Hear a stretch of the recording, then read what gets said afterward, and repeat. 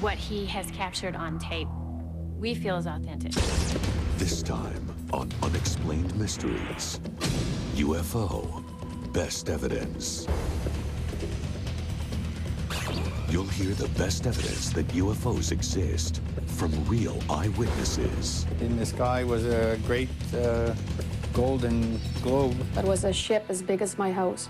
We'll probe the famous crash of an alleged alien spacecraft at Roswell. The creatures were laying like this, side by side. The live one was over here. And we'll show you what happened to the wreckage and the victims of the crash. He said, we have the bodies from the crash. Alien bodies are still here on this base. You'll hear UFO evidence from the military itself. Actual ground-to-air transmissions. Edward, you still have any of these UFOs in sight? Yes? No way he could have caught that. The unknown object witnessed throughout the western United States. It was a bright light that lit up the entire sky. When he got home, he looked like he had seen a ghost. The unidentified intruder that flew into military airspace. This craft shows up. That's scary. We'll show you new sightings of rarely seen daytime UFOs. They said, come out to Midway, there's UFOs out here. And you'll get the most convincing testimony yet. Our exclusive interview with a former astronaut. They saw put down 3 little landing gear and landed right out on the dry lake there. And we'll give you the final lowdown in our UNX report. It's all here on Unexplained Mysteries, UFO, Best Evidence. Nowhere in the world is safe from UFOs. Brantford, Connecticut, Tucson, Arizona, Topeka, Kansas, Gulf Breeze, Florida, Kanazawa, Japan, Ontario, Canada. UFOs captured on tape. It was a ship as big as my house. It was a total feeling of awe and knowing that I was looking at something that I didn't know what it was. I think there's no doubt about the fact that it's the most dramatic thing and the most astounding thing, the most important thing that could happen here on Earth. Brantford, Connecticut. George Bennett was taping an ordinary football game, but when he focused on the sunset, he recorded something not just beautiful, but extraordinary. Bellevue, Wisconsin. TV cameraman Dave Hooker was shooting a feature about a farm. When the tape was played back, it revealed more than just a windmill. Here you can see an object moving behind a windmill here. Right there, it disappears into a cloud just before it goes behind this windmill. Clouds that day were at 25,000 feet, cirrus clouds. You know where the camera was put, you know the distance to the windmill. You can determine its size by looking at the image size here. Go through some trigonometry, and you'll find out that that UFO was about 10 miles away, up at 25,000 feet, and the size works out to about 500 feet long and doing 14,000 miles an hour, which is, again, nothing that a conventional aircraft is capable of doing. Gulf Breeze, a quiet seaside town in Florida, a place with an alarming number of sightings. Yo, look, it's right there! We had it drop these little objects out, and they would go out at an angle from the red object we were looking at, stop and turn red, and we would have 2 red objects sitting there. It gives you the impression of sometimes of fireworks. Sometimes it looks like a string coming out with a white ball on the end of it. Kanazawa, Japan. This is tape of an extremely rare incident. A daytime UFO. The object descends, then accelerates away. Watch carefully. The camera zooms in. Check out the shape of the craft. It's the classic shape of a flying saucer. Carp, Ontario. Another disc, much closer. And this time, on the ground. The object was photographed behind this house. On my property, I've seen lots of bright flames. They were not like spreading fires. There were more individual flames going extremely high and a lot of smoke. I saw this bright light. Right on top of it was like a beak, and it was blue light pulsing, and it had a light right on the bottom and a light right in the middle of it. And I seen a ship just coming down over the tree and going very closer to the flames. That night was a very traumatic night for me. I can always remember that night. It will never be forgotten. I looked out the back window, and in the sky was a great golden globe with a thin red rim. The only thing that came to mind quickly was that it was lightning, but I'd never seen lightning in a circular form. There was one specific area, a circular pattern really, where all of the plant life had been exposed to some form of radiation, and by that I mean it just kind of melted. Real healthy bushes just melted to the ground. You can see some indication that there's a solid craft there that you can see the top of and also see something underneath. But at least there is the hint of a cylindrical object here. It was a ship. It was a ship as big as my house. Real eyewitness evidence. But studies prove that eyewitnesses are not always reliable. It gets to the point when you have 40,000 reports of UFOs per year, of which about a quarter of them aren't easily explainable. To assume that all of those are misidentifications, frauds, hoaxes, secret aircraft just doesn't add up. Next on Unexplained Mysteries, the Roswell UFO crash. We just don't have the technology to produce material like I brought in from that ranch. The eyewitness who says he came face to face with an alien. My dad was kind of right about here, and he was talking to this creature. The extraterrestrial autopsies at a top secret base. One of the most interesting discoveries, I think, has to be the alleged alien jawbone that we uncovered. The military's own evidence of UFOs. Radar tracks unknown objects. That's those three little dots out there, and I'll say that there are three definite objects. I know it was not an aircraft. I know it was not a helicopter. I know it was not a weather balloon. The strange moving light that was seen over large parts of the U.S. The object was tracked on radar, both surveillance radars and height-finding radars. The craft that somehow intruded into secure military airspace. It seemed to move in whichever direction it wanted to go whenever it wanted to, contrary to any aircraft that I've seen in the past. Footage of rare daytime UFOs. Every time we get a new tape and we find some new kind of object in there, there's an excitement that builds, and it's just like incredible. And the astonishing UFO sighting by an American hero. Because they were flying quite high. How high we couldn't tell because we couldn't get anywhere near their altitude. All this amazing testimony, plus the ultimate UFO summary in our Onyx report. Coming up on Unexplained Mysteries.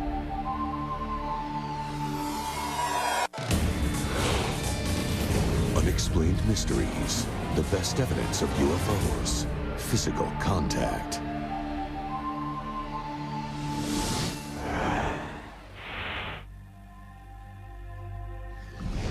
Roswell, New Mexico. Local headlines announced shocking news. The Army Air Force reported they had captured a flying saucer. Debris was found on a nearby ranch in Corona. This building here, building number 84, is a building I believe that they brought materials from the Corona crash and stored them in here temporarily. Major Jesse Marcel Sr., the base's chief intelligence officer, recovered the wreckage and took it to headquarters. But when papers published the news of the UFO crash, the military changed its story. By the time the B-29 with Jesse Marcel and some of the wreckage got to the headquarters 2 hours after they left in Fort Worth, Texas, the fix was already in to kill the story. The second press release stated the wreckage came from a weather balloon. Somehow, one of the most significant UFO sightings became an ordinary weather balloon. Some experts feel Brigadier General Roger Ramey, the base commander, ordered a massive cover-up. And what he did was arrange for the wreckage of a weather balloon, the radar reflector on a weather balloon. Right before Marcel died, he allegedly told Walter Haut the truth. The weather balloon story was a lie. An alien spacecraft really did crash near Roswell. He made statements to the effect that it was nothing of this world.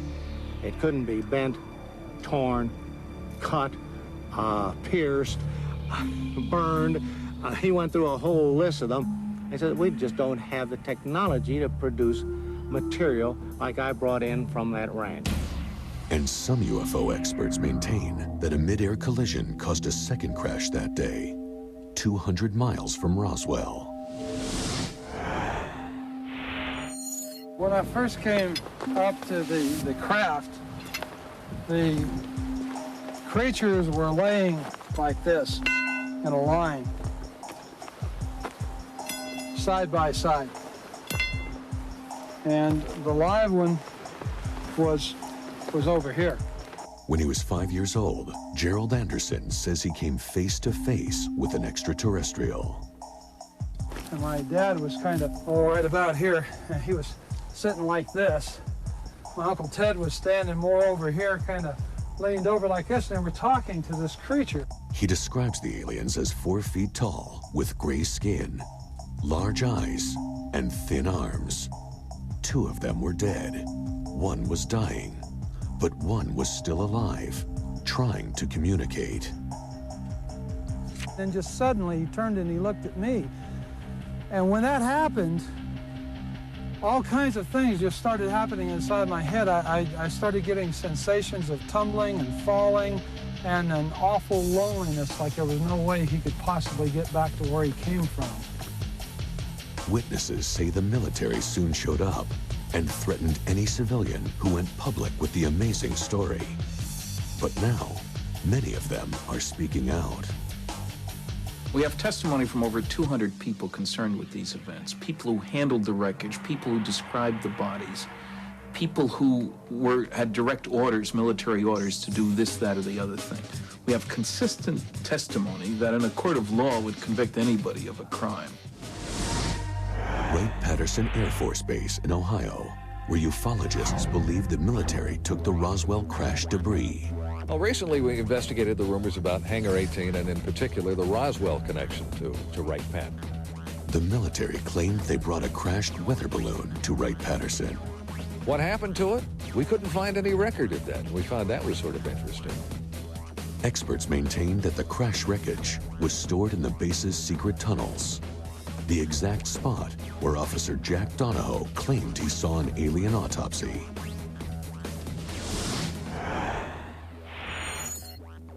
My Uncle Jack had a top secret security clearance when he worked at Wright-Patterson the complete time. The strangest story that he ever accounted to me was the day that he asked me if I had heard of a UFO crash out in Phoenix, Arizona. He said, we have the bodies from the crash.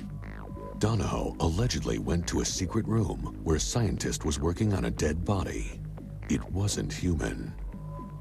There was a stainless steel table in this room that was arranged a little bit like a laboratory. The man said, look at this. Jack looked at the body. Jack told me that at the time they were doing full autopsies on the bodies. The head was shaped basically like a human head, only it was small. He said, we better not spend very much time here, and they left the room. I tried to bring it up at a later date.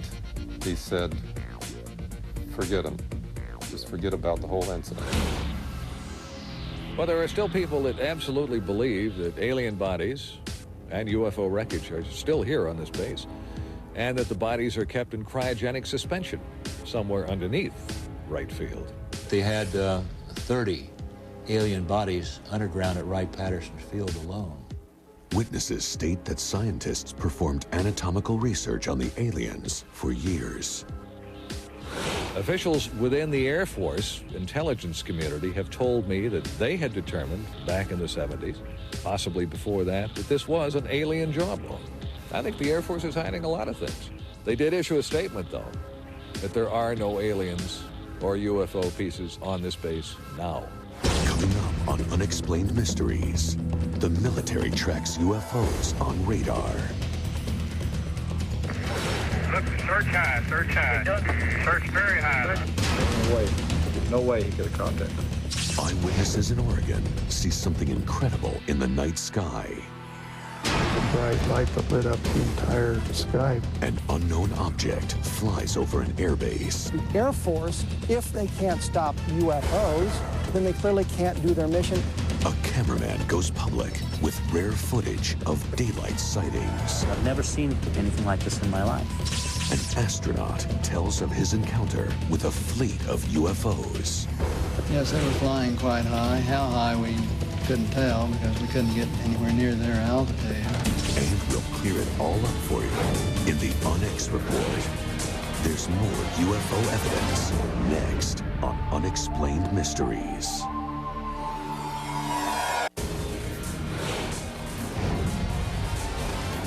Unexplained Mysteries, UFO, Best Evidence.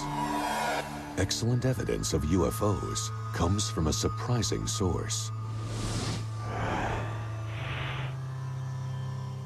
Declassified tapes of Air Force transmissions tracking unknown objects. Roger, shooting approximately, there was approximately 5 to 7 objects. This is the actual recording of an Edwards Air Force Base radar man who sees strange aircraft on his screen. That's those 3 little dots out there, and I'll say that there are 3 definite objects. It's not weather, it's not clutter. Edwards Air Force Base was on alert for any sign of Soviet aircraft or missiles. What they found was startling. Possibly as many as 12 unidentified craft flying very high and very fast.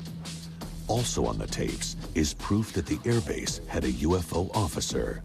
Surprising after years of denying the existence of UFOs.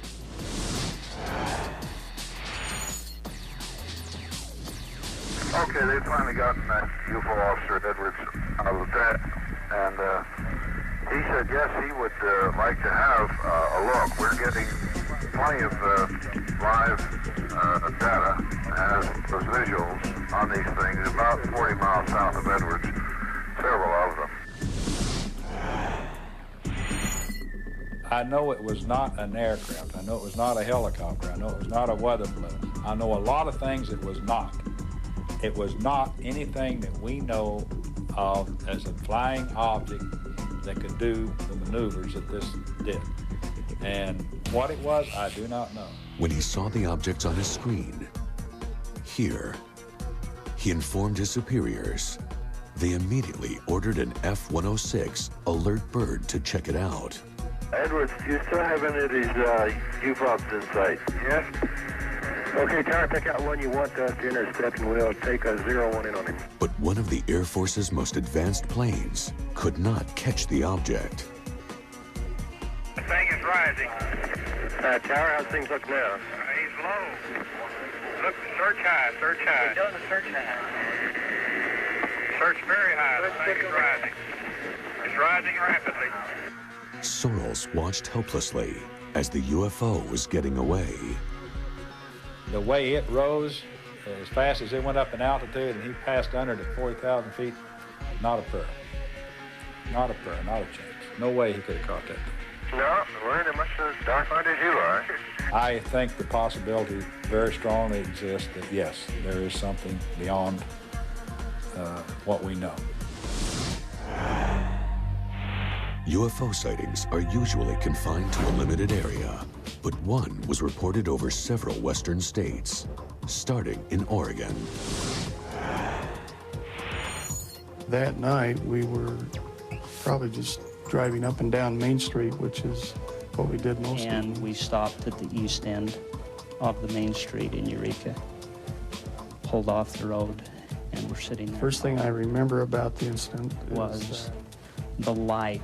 It was a bright light that lit up the entire sky from horizon to horizon. That I could see the mountain across the valley and see the trees on that mountain. see the sagebrush. The strange light sent out an electromagnetic pulse that switched off the photoelectric cells in the streetlights. When he got home, he looked like he had seen a ghost. Betty Robinson's husband, Bob, and his friend were coming home from a hunting trip.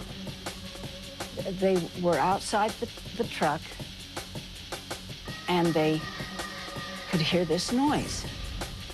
And they stood there for a few seconds and listened. It kept getting louder and louder, and he said it was just a very, very whooshing noise. Just whoosh, whoosh, whoosh, but just deafening. They dove under the truck. Then things got really strange. When they got out of the truck, they had left the motor running. And as the object started to approach them, the headlights started to dim, and the motor began to sputter. As the object passed over, everything returned to normal. All they wanted to do was hurry up and get home, and get away from it, because they didn't know if it was coming back. The object was tracked moving from Eureka to Reno, Nevada, then south to Las Vegas. Near Nellis Air Force Base, it blew up. More than 1,000 people witnessed the explosion. Fighters were scrambled from Nellis in Las Vegas, Luke near Phoenix, Arizona. The object was tracked on radar, both surveillance radars and height-finding radars, and that's important. It's on two separate kinds of radar, so you don't have weather-related phenomena. You have a real solid object. Randall believes the Air Force tried to turn the Eureka sightings and the Nellis explosion into two different incidents. What really happened was we have a single event that took place over a space of about 16 minutes from the Eureka end of the sightings until it was seen to explode over Las Vegas. Officially, the Air Force claimed the Eureka object was a bolide meteor, and the Nellis explosion was either a U-2 spy plane or a weather balloon. What kind of radar operator couldn't tell the difference between a balloon drifting at the whim of the winds and an intelligently controlled U-2 aircraft? I estimate that this object probably was traveling more than 2,000 miles an hour at times. We can pretty much rule out most existing aircraft and missiles at that time. Why would the Air Force cover this up?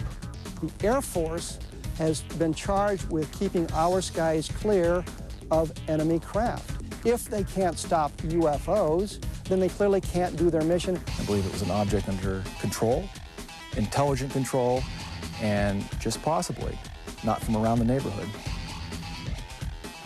Later on Unexplained Mysteries, the intruder at Nellis Air Force Base.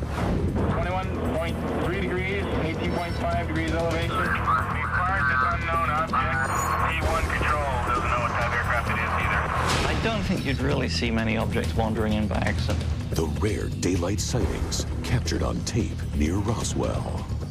I got a call and they said, come out to Midway, there's UFOs out there. What he has captured on tape, we feel is authentic. The famous astronaut who had an extraordinary encounter with a UFO. It was a saucer, came flying over their heads, put down 3 little landing gear and landed right out on the dry lake bed. And we'll condense all the best evidence into our Unex report, coming up right here on Unexplained Mysteries. Unexplained Mysteries, UFO, Best Evidence. Nellis Air Force Base has been the scene of other credible sightings.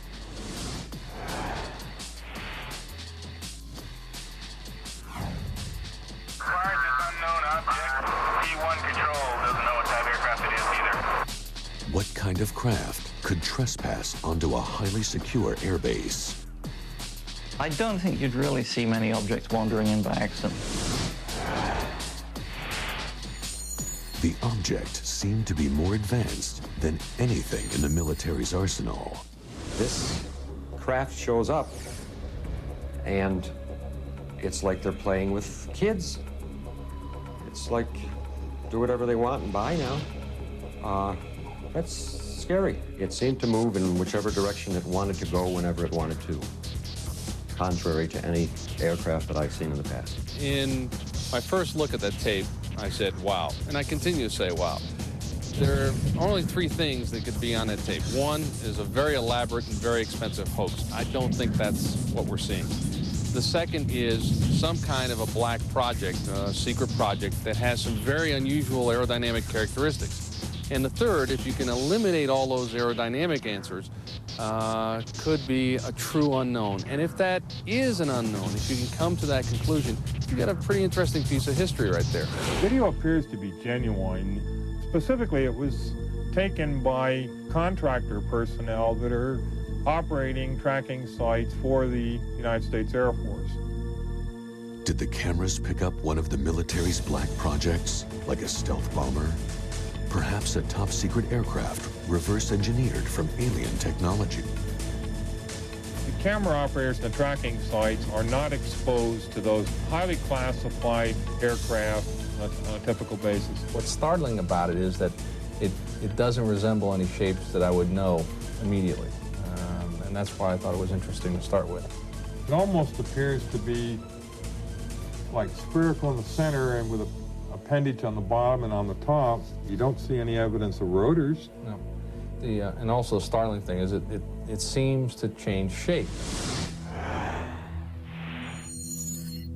A frame-by-frame analysis reveals the changes the object's shape goes through. The physical profile of the object changes almost frame to frame, and sometimes it appears almost to be a fuzzy, gassy cloud. In some portions of the video, it appears to be several spherical objects surrounding a dark mass. When something starts to change shape like that in the air, you become very, very puzzled because you realize that you're looking at something that appears to involve a whole new technology that we don't understand. The superior technology intimidates seasoned professionals. Like us viewing an ant farm. And the ants think they're it. That's the scary part. The first report of UFOs came from Roswell, New Mexico. Unusual craft are still being videotaped there. We began taping UFOs on March 5th. And I got a call and they said, come out to Midway, there's UFOs out here. Midway, a short distance from Roswell. UFO experts believe there is a connection between the first crash and today's sightings. New Mexico as a whole has had a lot of sightings. And I think that there is a tremendous interest by our visitors, should we say, as to the activities that have taken place here in the past. We have a piece of film of a jet, I think it was a Citation, that flew right over the property. I guess it must have been about 500 or 600 feet. And we captured an object that comes from upper screen right on TV. And it goes right up behind the jet, and it seems to tag it on the tail or bump it. And you can see the object taken off away from the jet. A local news team independently confirmed the sightings. Given the history of Roswell and the crash, we thought it was interesting that here is a man who is capturing something unexplained on videotape. So we went out and videotaped in the same place that he videotapes, and we got identical objects on our video. So we feel that he's not tricking us with, any video scam or anything. What he has captured on tape, we feel is authentic. With over 500 hours of tape, Escamilla compiled the most complete record of rare daytime UFO sightings. Every time we get a new tape and we find some new kind of object in there, there's an excitement that builds, and it's just like incredible. I've never seen anything like this in my life. From the film footage I have seen, there appears to be some type of intelligence behind the phenomena. They represent a true enigma deserving of scientific scrutiny. The Escamilla video is an excellent cross-section of the kinds of things that I see on videotapes. Dilatoso analyzed the Escamilla tapes and discovered something very unusual. What we find, you'll see, is that the object comes right in front of this telephone pole and then moves right up here and over top of the wires and out of the frame.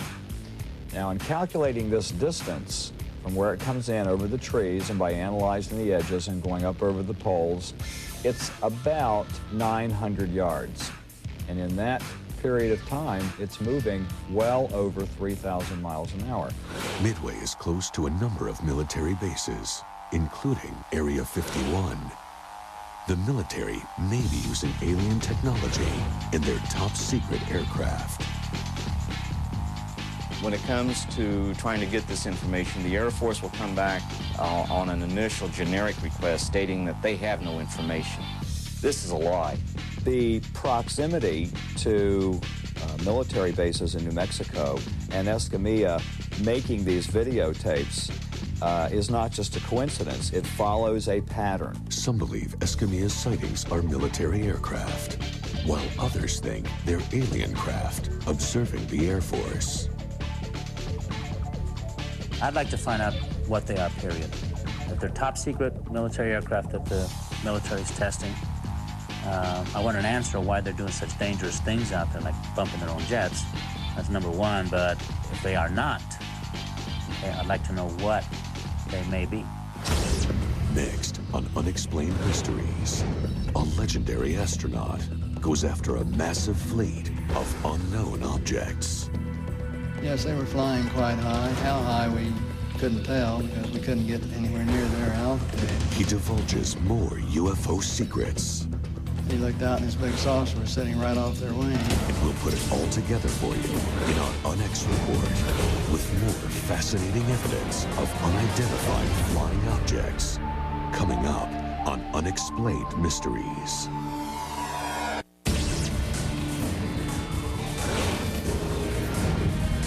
Unexplained Mysteries, UFO, Best Evidence. Gordon Cooper is an American hero, one of the Mercury 7, our first astronauts. He was the last American to travel into space alone. Before he became an astronaut, Cooper was an elite Air Force test pilot. That's when he witnessed an amazing sight, a fleet of hundreds of UFOs. Yes, they were flying quite high. How high, we couldn't tell because we couldn't get anywhere near their altitude. Following standard procedure, Cooper filed a report. The official response puzzled him. They were probably high-flying seed pods, which didn't sound very logical. The military often claims that UFO sightings are simply weather balloons.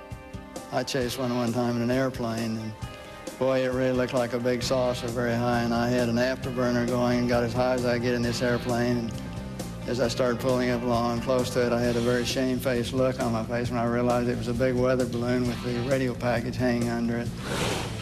A few years later, at Edwards Air Force Base, Cooper had another UFO experience.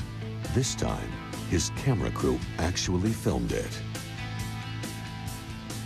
As they were sitting there filming, a little saucer came from, I say a little saucer, it was a saucer, came flying over their heads, put down 3 little landing gear and landed right out on the dry lake bed. And they picked up their cameras and started over toward it, filming as they went. And when they got in fairly close to it, it lifted up, put the gear back in the wheel wells, tipped up, and took off at a great rate of speed. I sent them over to develop the film, and then had to go through all the proper regulations of reporting this. And we wound up having to send the film forward to Washington in the base jet airplane. And I don't know whether anyone's ever seen it since. The alien craft was strikingly similar to the ones he saw a few years before.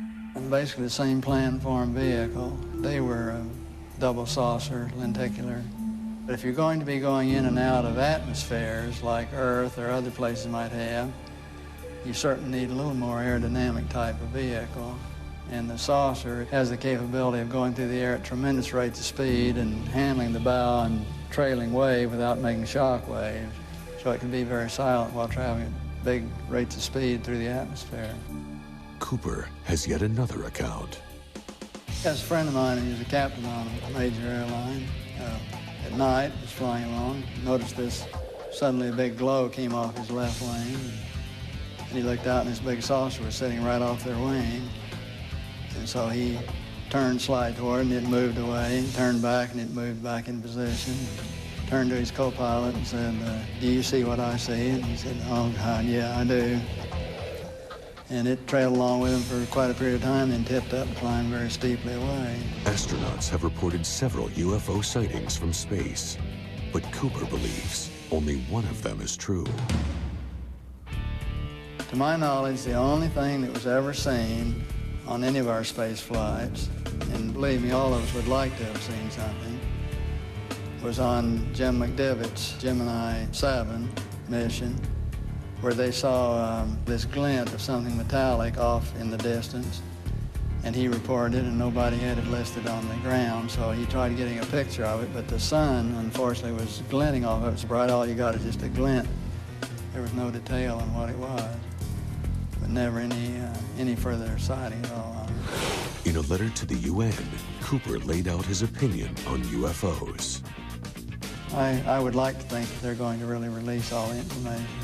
Cooper believes we are not alone. No, I've always felt that there are a lot of other planets that have life on. With all those numbers of potentially habitable planets out there, I think we're kind of vain to think that God would habitate only one of them. Coming up on Unexplained Mysteries, it's the Unex Report. We sum up all the evidence for you. The people who witnessed UFOs in their backyards, the infamous Roswell crash, and the military's subsequent cover-up, alleged autopsies of extraterrestrials, the shape-shifting object that hovered over an Air Force base, and more from an American hero's brush with alien craft. Stay tuned for the Unex Report, here on Unexplained Mysteries.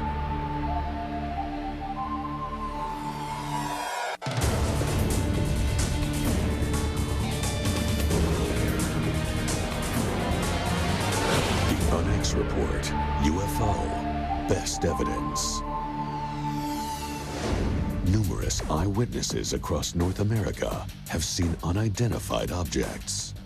It was a total feeling of awe and knowing that I was looking at something that I didn't know what it was.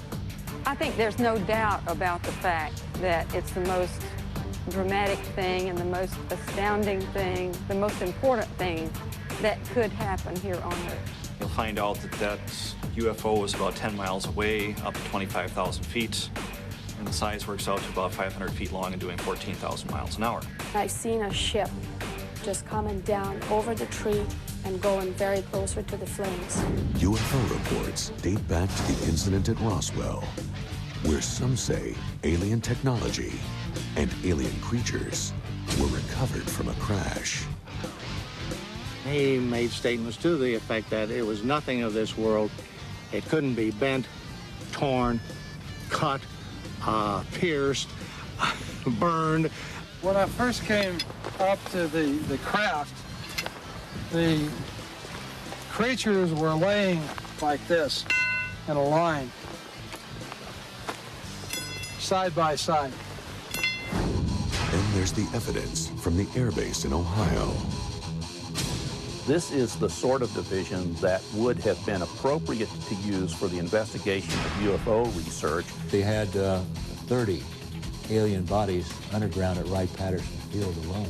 My Uncle Jack had a top secret security clearance when he worked at Wright-Patterson. He said, we have the bodies from the crash.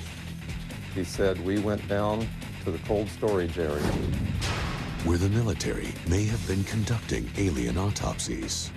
The head was shaped basically like a human head, only it was small. One of the most interesting discoveries, I think, has to be the alleged alien jawbone that we uncovered. This was an alien jawbone.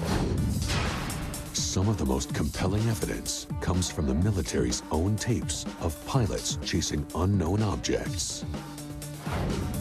We have confirmed reports of some unidentified flying objects in your area. Objects so advanced, our fastest jets couldn't catch them. The way it rose, no way he could have caught that. The UFO that witnesses saw from Oregon to Nevada. was a bright light that lit up the entire sky. What really happened was we have a single event that took place over a space of about 16 minutes from the Eureka end of the sightings until it is seen to explode over Las Vegas. The numerous sightings at Nellis Air Force Base. It seemed to move in whichever direction it wanted to go whenever it wanted to, contrary to any aircraft that I've seen in the past. So the startling thing is it seems to change shape. The unique videotape catalog of rare daytime UFO sightings. And we captured an object that comes from upper screen right on TV.